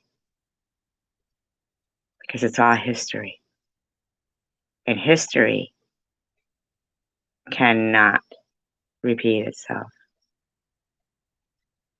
Because if people were building architecture that we can't even figure out how they did it here in the 2023, okay? They were smarter than us, and we're going down. Our architecture now is, and here we are where we've got people who will harness something that will let us have this conversation worldwide over oceans. Awesome. For one price. We don't even have to pay each other for long distance charges. How wonderful of a gift. Awesome. Right? Look at how we want to use it. Because at the end of the day, at what risk? Think about it. I mean, it's been brought to us as a gift, yes, but I don't know. I'm inclined to believe that how's it possible? First of all, why is it that these people aren't even mentioning how long these people lived and who was begotten by who? But in the Old Testament, they'll be like, he lived to 160 years old. And he, I mean, you've got one. It says fear is not from God. Fear is from Satan. Fear is the spirit Satan uses to try to keep God's people from coming under the leadership of their true master, Jesus Christ. See, now, I have a problem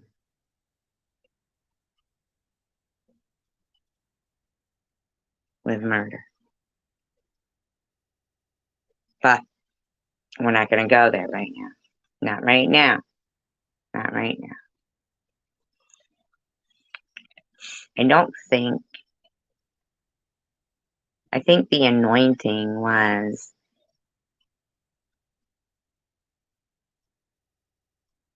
like, he volunteered to do that. He knew it was done. He was fucked. He knew it. And he said, yeah, even the guy, Pontius Pilate, kept saying, come on now. Really, come on. Stop, stop, stop.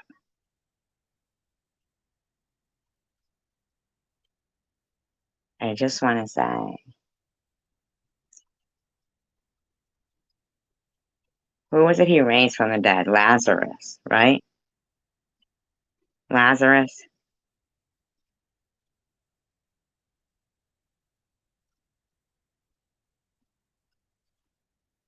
He rose Lazarus from the dead.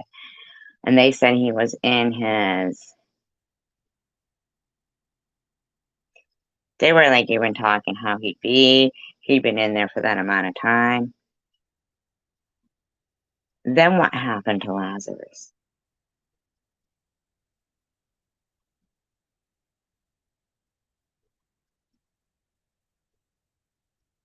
What happened to him then?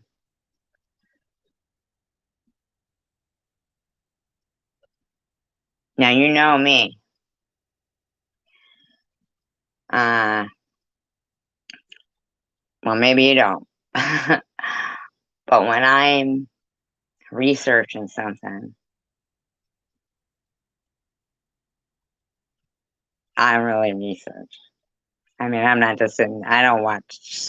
I don't really watch videos. I gotta read every paper written on it, and I'm a speed reader. But I'm just as bad as I am at reading the Bible because I'll go down rabbit hole. What happened after Lazarus? Uh, what chapter could I find Lazarus in? John? John, right? It's John. I believe it's John. Nothing is written in between, right? I think it's John. Right. There you go. Jesus said right here, he said it himself, unless you see signs and miracles, you people will never believe and trust and have faith at all.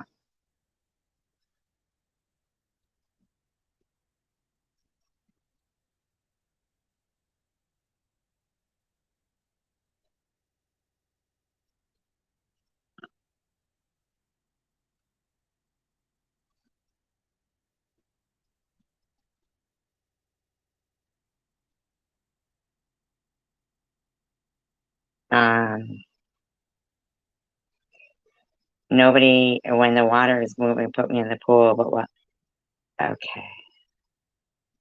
Okay. Instantly the man became well and recovered his strength and picked up his bed and walked. Okay. Okay. Okay. So wait a minute. So wait a second here.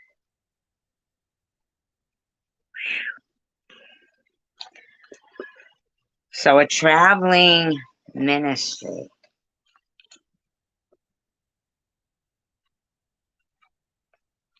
Traveling ministry.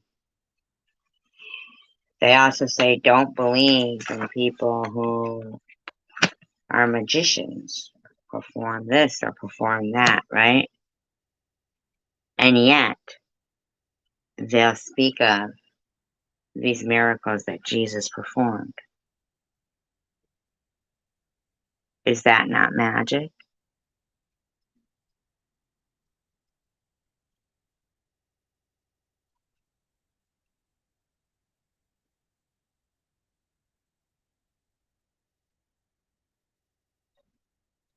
Isn't it?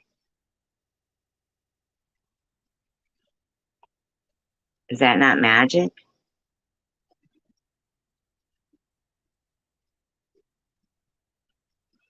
So he believed in prayer.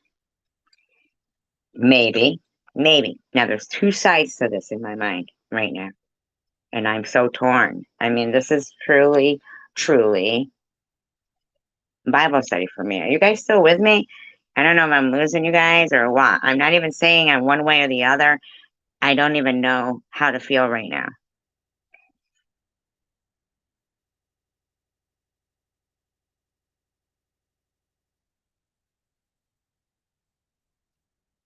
Well, right, right. Knowing what we know now, let me ask you something now, Patricia. And honestly, let me ask you this on. Say that a traveling, like a faith, whatever, came by. Yeah, there is hidden blessings. Absolutely, I believe that too. One of those, a traveling minstrel, whatever, came by. And the guy came and went into like one of those, how we have mausoleums now, right? I mean, the big old stone, roll the front, right? And a guy whose funeral you attended 3 days before comes walking up, comes walking out.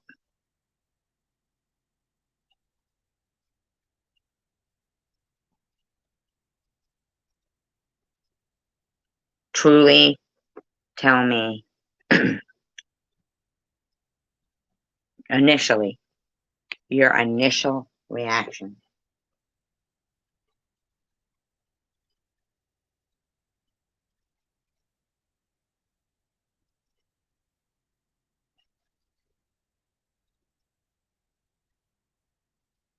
Mine would be I would either think I would be scared or I would think it was fake. The power is in deception. His power is in deception. I know you're talking of Satan, but the power was in deception.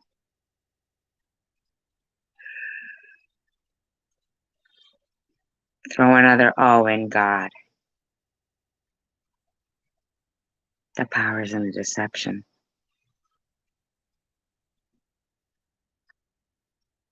And then killing that same person who created miracles, so called.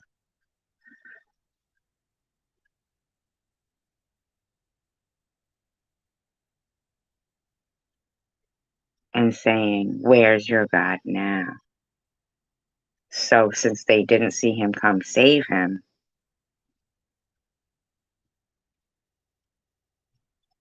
anyway, look at it. They crept in through side doors. And so back here, where someone said they wrote it out of their convictions, right? He needed to put it in print by his conviction. Somebody who walked with Jesus, right? Is that what he's saying? Jude is saying right there that he walked with Jesus.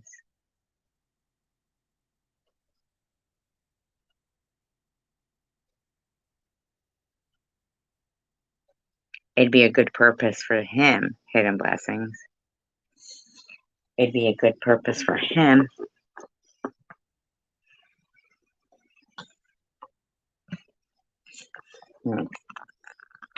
Interesting to me.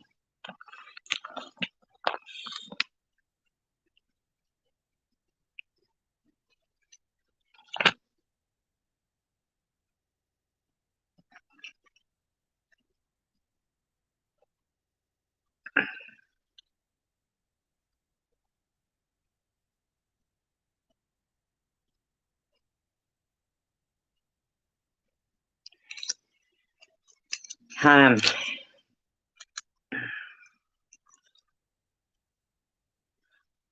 the Lord of the earth.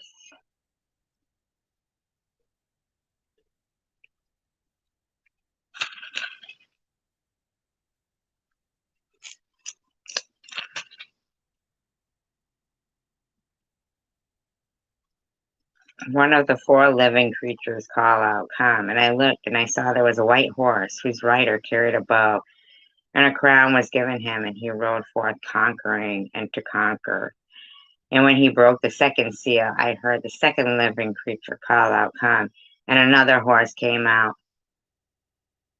and its rider was empowered to take. No,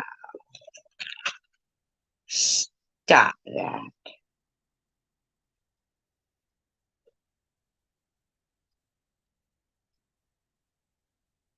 See, here's the thing. Why I'm believing, and I'm good with believing it. I really am, man. I think that the Garden of Eden is like right here.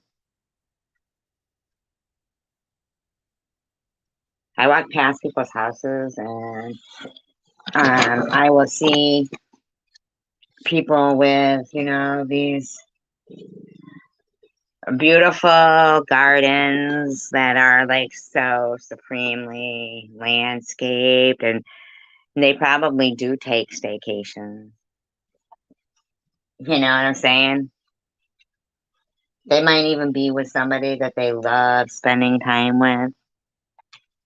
Love spending time with.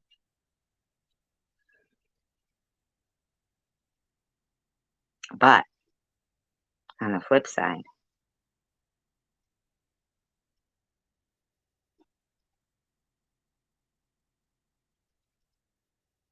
maybe by the time they're done landscaping their yard, nobody ever comes over, or maybe he's an abuser, or maybe their kid died, or maybe one of them this, one of them that, one of them this. But it's not my house. My house is with me. I hope for them the best, and I will notice the beautiful flowers in their yard.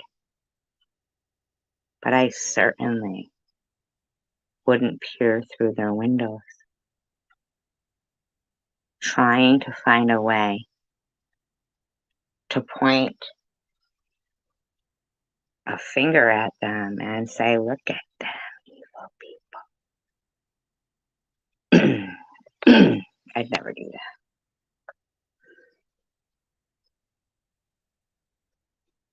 If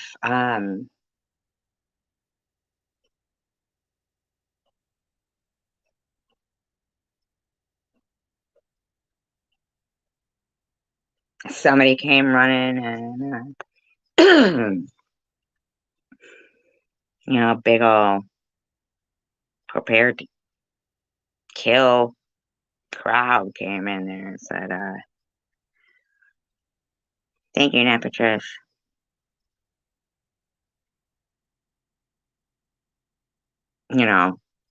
Who's got the most beautiful garden or in this street? Tell us, or I'll kill you.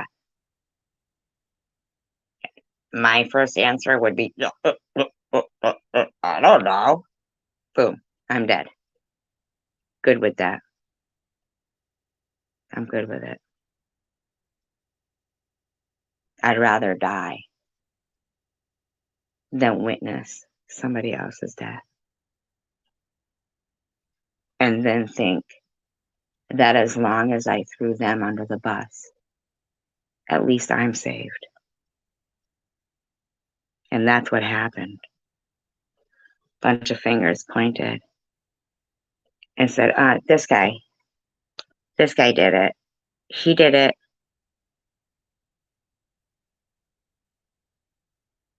And then they feel like because they threw somebody under the bus that they had believed their miracles before. Right? That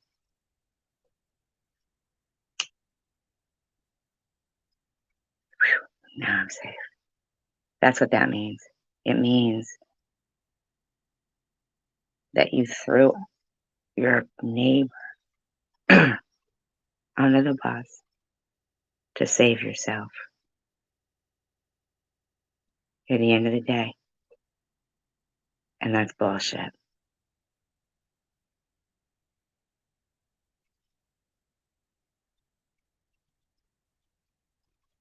And that's what I've learned today in all our reading.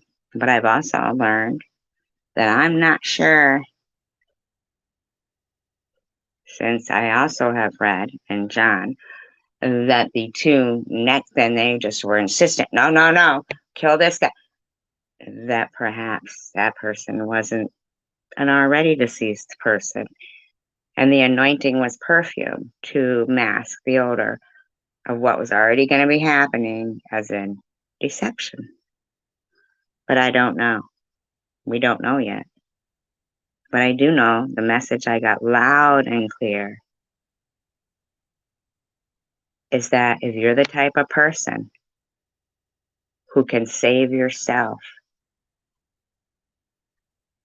and think, whoo, whoo, escaped that one by the skin of my teeth. Thank God they believed her when I was like, that was him. No, no, no, he did it. He did it. Get him. Woo, I'm safe. If you think throwing just possibly an ordinary guy under the bus is like, woo wee, that's a close call.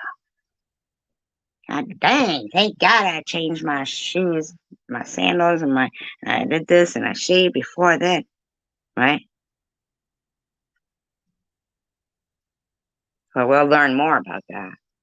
Maybe he volunteered for that. We don't know. I don't know. I don't know. I don't know at all. But if somebody's sad, who's got the most beautiful garden on your street, I ain't pointing at my neighbor's house down there. I'm not throwing anyone under the bus. I take the rap for what I do.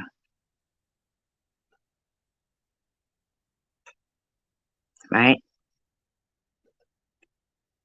A sinless person called sinless, spreading good news, working miracles.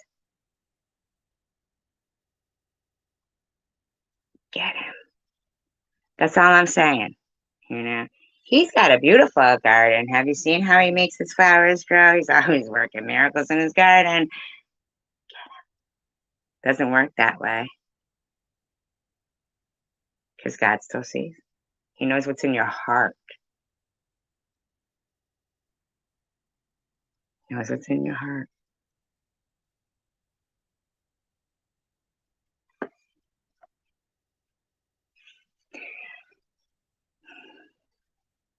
The only thing I do want to say prudently is when I was reading the things that you were saying in Sharon's live stream, she was being nice, but you were being so rude, so rotten,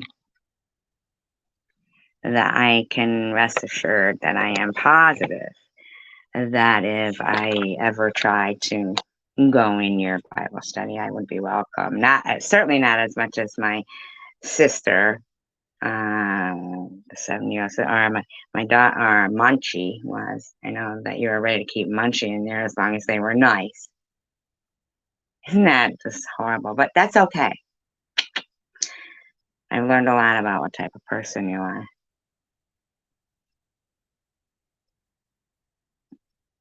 So when you're offering charitable things, prudently, you don't point the finger at them and then go, you guys should crucify them. I was nice to them under false pretenses and very deceptive ways, and then I threw them on the bus. Go ahead, get them. Get them. That's what you do prudently to me. I see you talking shit about me everywhere. Stop talking about me prudently. And have a wonderful day. I appreciate the Bible. I appreciate you guys. I really do. I hope you guys enjoyed this conversation.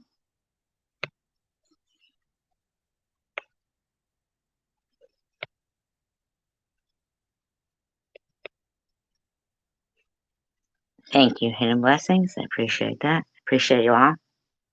I hope I didn't offend anybody. I'm just learning. I'm not even making any positive assumptions or anything. I'm just learning. I don't know yet if you was deceiving, if you did do miracle. I don't know. We're learning. I'm learning anyway. I hope you all are. I hope you appreciated it. Thank you. Kindness is free. And start looking at what's right before you as miraculous and awesome.